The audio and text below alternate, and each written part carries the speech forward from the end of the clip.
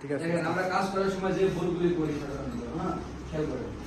এই যে একজন ব্যক্তি কাজ করতেছে, অনেক সময় দেখা যাচ্ছে একটু ছোট্ট একটু কাজ আছে, ফিটিং ওয়ার্ক, তারপরে প্লাস্টারিং ওয়ার্ক, বিভিন্ন ওয়ার্ক থাকতে পারে, ছোট্ট একটু কাজ, ওগুলো বেশি না কিন্তু।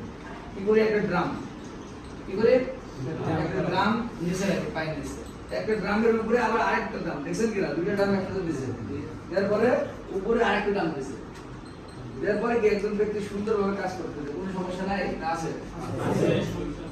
এমনকি একটা ড্রামের উপরেও কাজ করা যাবে না যদি ওইটার হাইট হয় 1 মিটার। কত মিটার?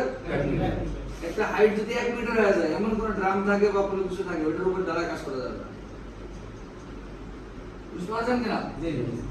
এটা যদি আপনি কাজ করতে চান, এই টেবিলটা আপনার যদি সুরক্ষা না সুরক্ষা নাই? অবশ্যই সুরক্ষিত।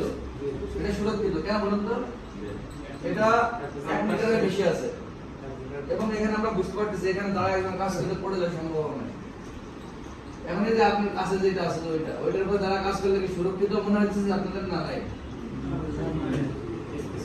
বুঝতে পারছেন কিনা আমি আপনাদেরকে যেটা বোঝাতে চাইছি?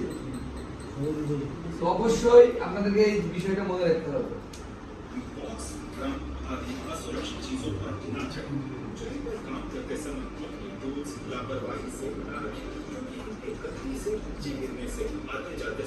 বুঝতে পারছি তো ওই কাজ করে আমাদের টুলস গুলো থাকবে, এডুকেট থাকবে।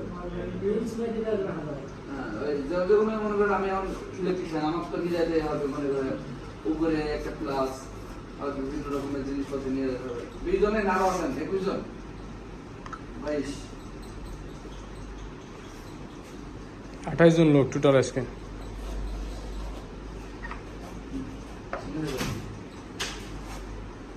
আরেকটা কথা হচ্ছে আমাদের কি কি সপোর্ট আছে ভাই?